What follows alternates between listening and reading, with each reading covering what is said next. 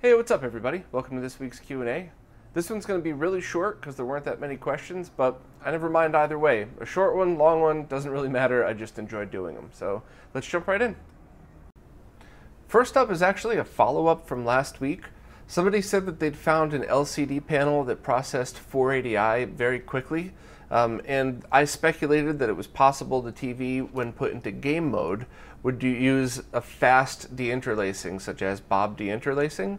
And I just so happened to be talking to Ace last week, and he mentioned that he had a Sony X900E that has identical latency across the board, regardless of it's interlaced or progressive, and that's for everything. That's 480i, 480p, 720p, 1080i, and 1080p. So all of them on that model, the Sony X900E, all have the same 30-ish milliseconds of lag, so under 2 frames. So I guess maybe it's not as uncommon as I had suspected earlier. It's just one of these things where, you know, if you're playing 480i content, it's still my personal preference to do so on a CRT, but I realize that that's just not possible for everybody. So maybe hunt down one of these TVs if that's for you, and at least you know that they're not as uncommon as I speculated they might be. It looks like just some of them you're able to put into game mode and it processes it quickly. Next, Mr. Pete 1985 said, any suggestions for a line doubler?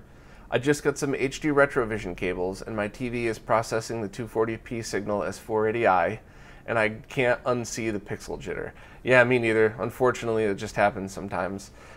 He said, I'm thinking either the OSSC or the RetroTink 2X. Are there any others that I should look into? So this is a typical debate between where people should start, because the OSSC is twice the price of the RetroTink, but you can go up to 5x 1080p, so you can get an incredibly sharp signal out of it. But the OSSC isn't 100% compatible with all TVs in all modes. Whereas you buy the RetroTink, it's $100, it looks good, and it just works. So it is certainly a debatable thing. So I guess if money's a factor, just go to the RetroTink first, and then you could always use it for other things. Because don't forget too, there's no S-video or composite video input on the OSSC. So it's plausible that you would buy the RetroTink now to get you started, eventually move up to the OSSC, and then hold on to the RetroTink either as a backup for streaming, or if you just want to get a composite or S-video signal into the OSSC to utilize that stuff. So, you know, it's something to really just think about. Maybe a good thing to think, or a good thing to try, would be to Google OSSC and the model TV that you're using and see if anybody on any forums or on the Video Game Perfection thread itself has that TV and could say either way. Because, you know, some people it might work in 5x for a little bit and then start to flicker out. It might just work perfect. It might only work in 4x but not 5x, which should be cool for most people. So I don't know, I would just do a little bit more research before making your decision, but at the very least, you know, you could confidently buy either one of those knowing it's a good purchase. Neither of them are a bad purchase, one just might fit your needs a little bit better. Ryan Hart asked for advice on keeping track of all of the different optimal profiles for the different scalers, line doublers, etc. He's got 12 systems hooked up, and some systems have multiple profiles, so he can't just save them all to his OSSC. Plus he has a VP30, which makes things even more complicated as well.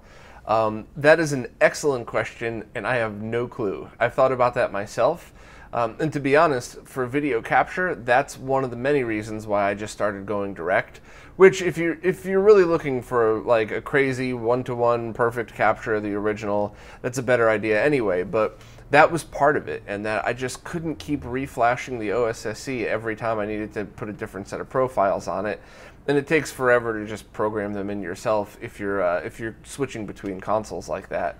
So that's why I kind of just switched over to using the Vision. All you got to do is set phase and type the numbers in, and you're done.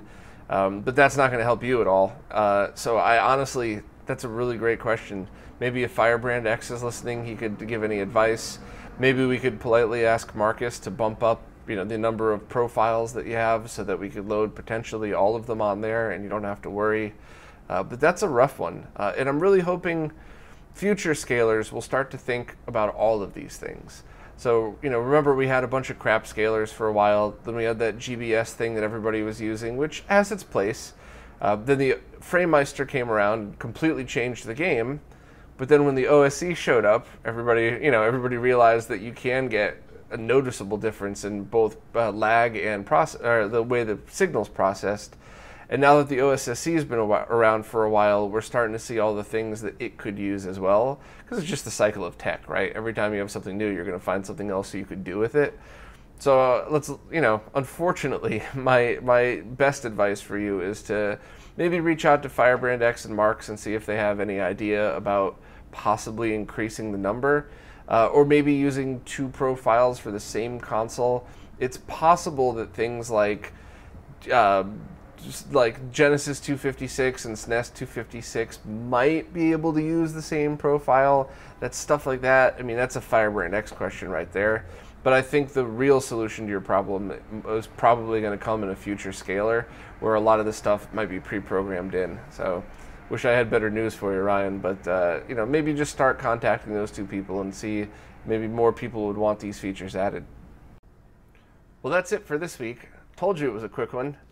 For anybody new to the Q&As or any of the support platforms, first, thank you and welcome. But also, they're usually a lot longer than this. Usually the weekly Q&As are about 20 to 30 minutes long, give or take. Once again, I really don't care, and I mean that in a nice way. If there's a million questions one week, I'll try to get to all of them. If there's 2 this week, cool, I'll definitely get to both of them. Just one thing to remember is if you have any question at all, just please post in the newest post wherever your support platform is. The way all of these things are set up, I can't really go back and sift through any of the older posts. So just wherever you found this video, go to the very latest Q&A, post your question there, and I'll get to it for next week. And of course, and as always, thank you all so much for your support, and I'll see you next week.